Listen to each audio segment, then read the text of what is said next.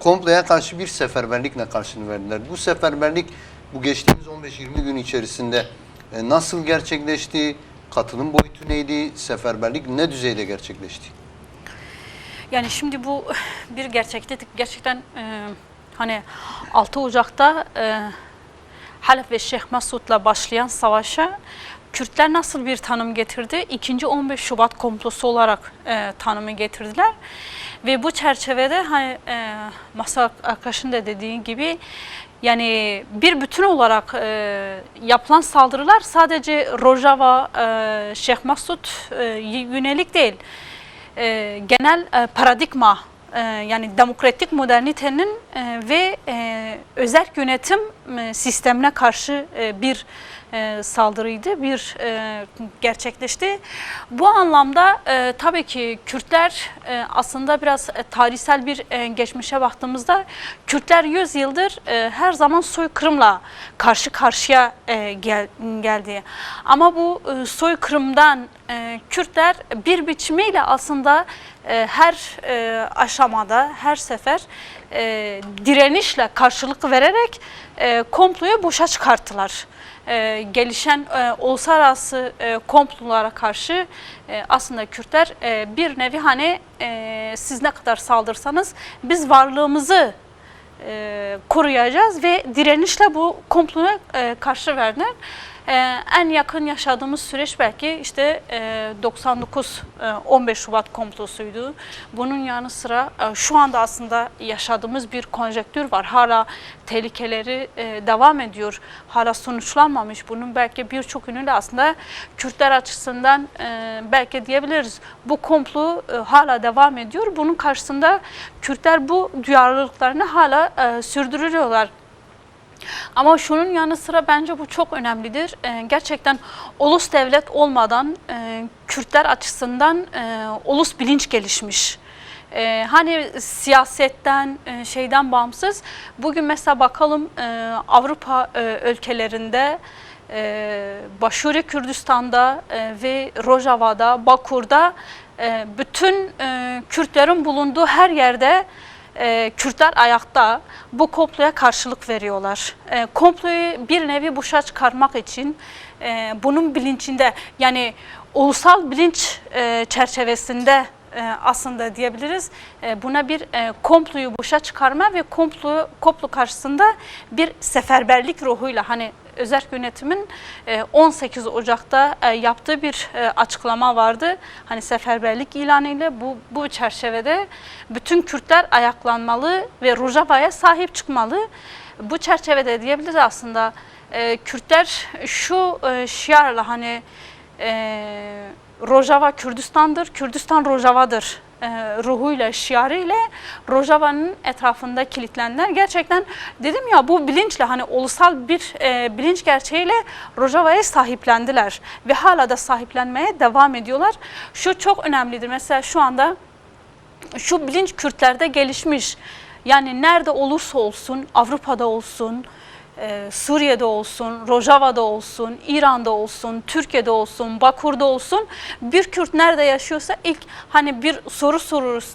Kürdistan neresidir? Şu cevabı verir. Kürdistan, Bakur, Başur, Roşlat, Rojava'dır der.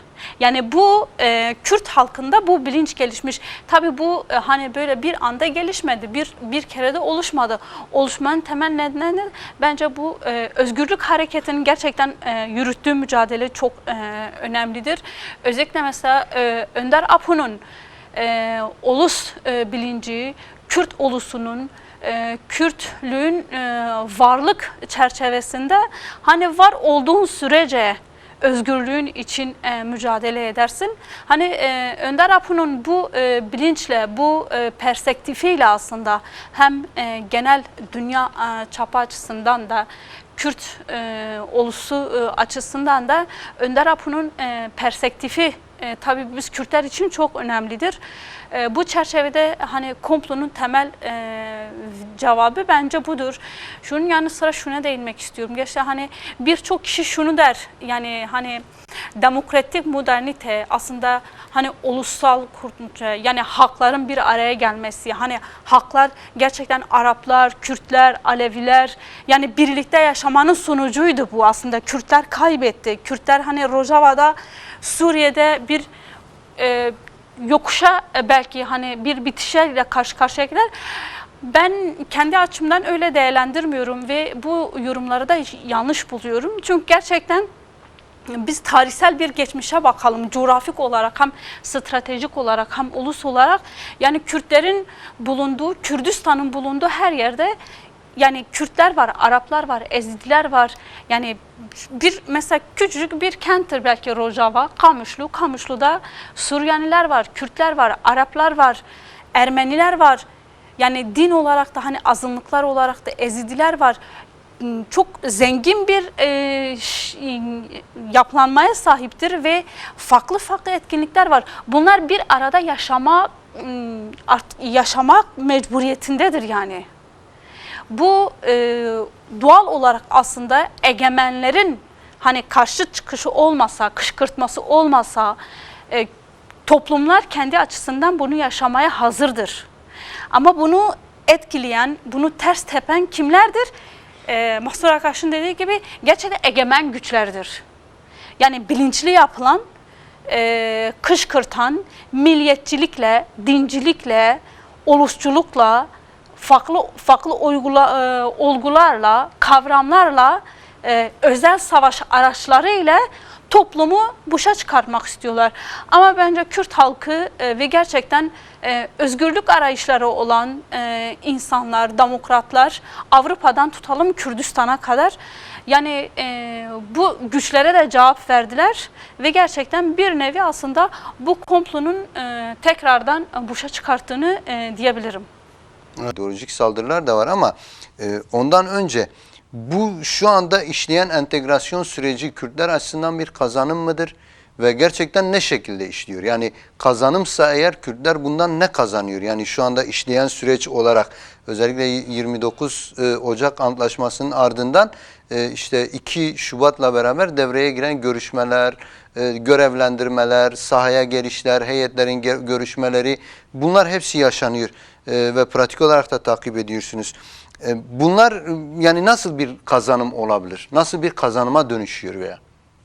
Yani şunu başta söyleyeyim, hani Mahsur Akaşar ek olarak Tumbarak açıklama yaptı geçen günlerde.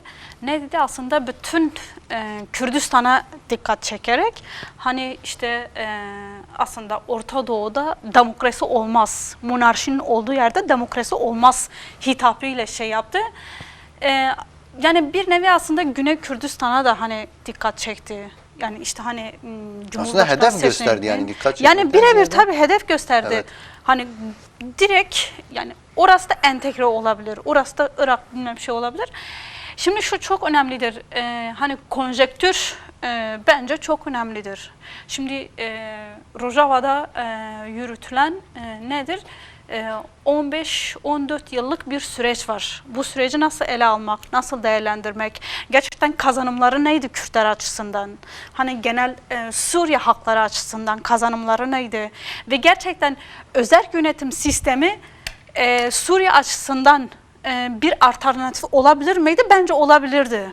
Hani dedik ya işte Fransa, Almanya, arkadaş değerlendirdiği için çok fazla girmek istemiyorum. Yani bu kendilerine alternatif olarak gördüler. Şimdi egemen güçler demokratik modernite sistemini kendilerine bir alternatif olarak gördükleri için bir neviyle aslında bu yapılan müdahale, savaşlar sadece silahlı savaş ya da sıcak savaş değil. Aynı zamanda ideolojik bir savaştır. Aynı zamanda paradigmasal bir savaştır.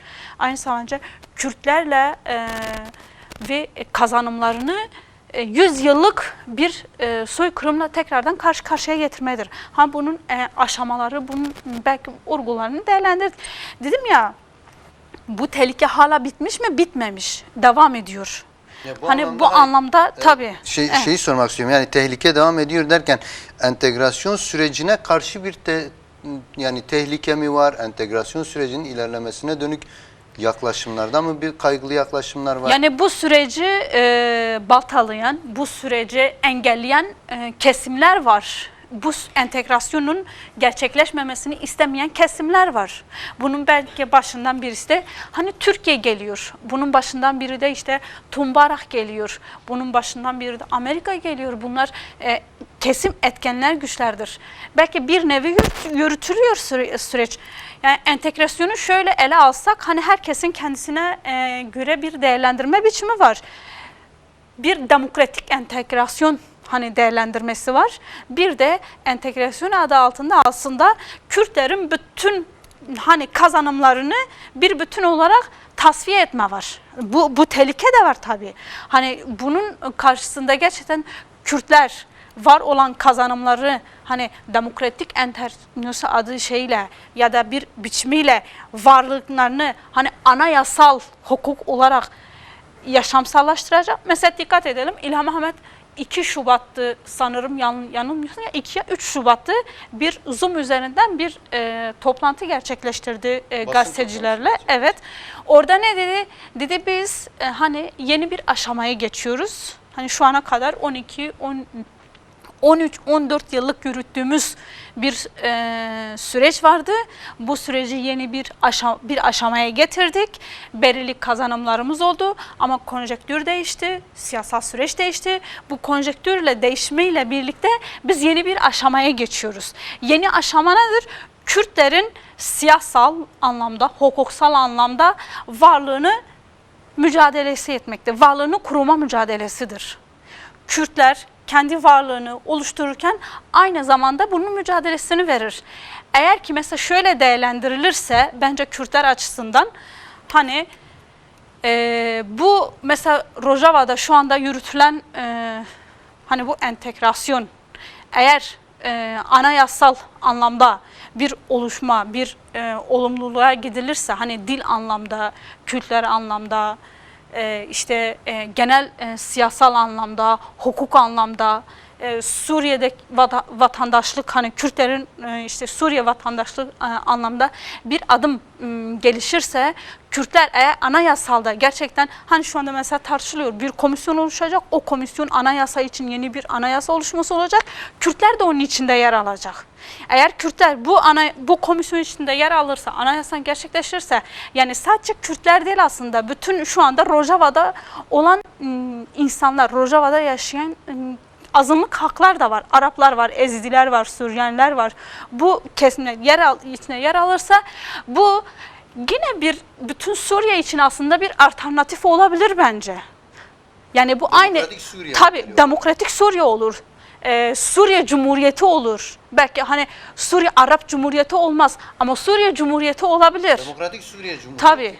Demokratik Suriye Cumhuriyeti. Demokratik Suriye Cumhuriyeti içerisinde bütün halklar kendi dilleriyle, kendi kültürleriyle, kendi varlığıyla yaşar. Yani bu bir kazanıma yol açabilir diye düşünüyorum. Evet. Bir bütün olarak Suriye'yi demokratikleştirecek olan halklardır, Suriye halklarıdır. Çünkü gerçekten bugün mesela baktığımızda, mesela biz Şam geçici hükümeti diyoruz. Ama Şam geçici hükümetin kendi anayasal varlığı yok. Yani şu anda Suriye'de sadece Kürtler, Araplar değil, Culani'nin sisteminin bile bir varlığı var mı yok mu aslında tartışılması gereken bir konudur. Gerçekten ne kadar varlığı var? Anayasal sistemi ne kadar var? Gerçek anlamda devlet hani dediğimiz sistem ne kadar var? Meşruiyeti yok, yani meşruiyetini nereden almış? Dış güçlerden almış. Bu ne kadar varlığını sürdürebilecek? Bunun anayasal, hukuksal anlamda ne kadar sürdürülecek? Bu biraz tartışmalıktır. Bazı şeyler hani zamanla belki netleşir, taşlar yerine oturur diye düşünüyorum Suriye açısından. Ama Suriye'yi demokratikleştirecek Suriye halklarıdır. Bir mesela Rojava'da Rojava halkları gerçekten o zemin var. Hani dedik ya işte Rojava'da örnek bir Haseke'de Kürtler var, Araplar var, Süryaniler var, Ermeniler var. Bu halklar bir arada yaşamaya hazır. Aynı zamanda Kamışlı'da öyle, aynı zamanda Kobani'de öyle. Bunun yanı sıra mesela Süveyda'da halk kendi kendini oluşturmak, kendi kendini yürütmek, kendi sistemini oluşturmak, kendi yönetimini çıkarıp, kendi öz gücüyle kendi sistemini oluşturarak kendini yürütmek bunun için hazırdır. Bunun yanı sıra hani Suriye'nin Alevi kısmında işte Latki, Tertus kısmında Aleviler mesela kalktı. Hani katliamlar da oldu. Süveyda'ya katliam oldu, Alevilere katliam oldu. Belki bu aslında son 100 yıl içerisinde en son yapılan Aleviler üzerine yapılan katliamlar bu Suriye'de oldu, gerçekleşti. Culani'nin gelişiyle sonra gerçekleşti. Ama bunun yanı sıra halklar, Suriye halkı, Suriye'de yaşayan halklar Suriye'yi demokratikleştirmek için bence zemini var. Hani Kürtler ve Süveyda halkı birbirinden ilham alarak kendini örgütleyebilir, o sistemi oluşturabilir. Aynı zamanda Aleviler kendi ondan ilham alabilir ve aslında bir neviyle bu saldırıların bir şeyi de budur. İşte hani Rojava'da demokratik bir sistem oluşmuş, Kuzeydoğu Suriye'de demokratik bir sistem olmuş. İşte Süveyda halkı, işte Aleviler, hani Suriye'nin diğer kesimleri, Araplar bundan ilham alıyor. Her seferinde bunu hani örnek gösteriliyor.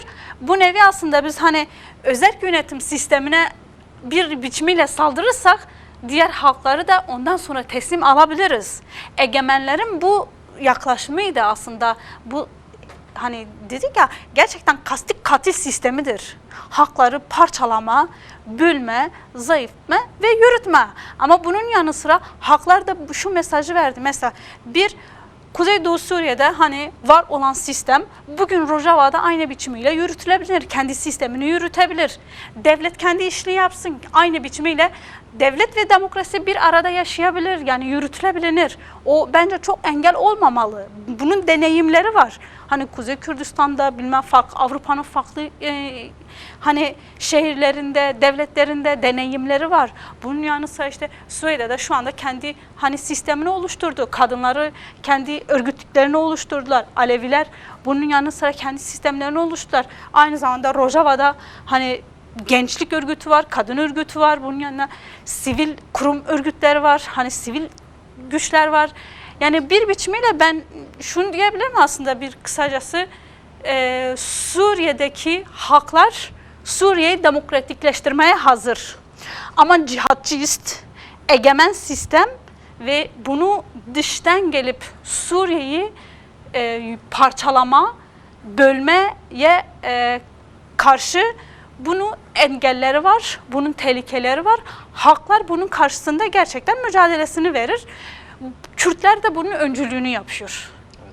Yani günün öncülüğünü, dönemin öncülüğünü bu 21. yüzyılda bu hani konjektür sürecinde Kürtler bir nevi öncülüğünü yapıyor diyebiliriz.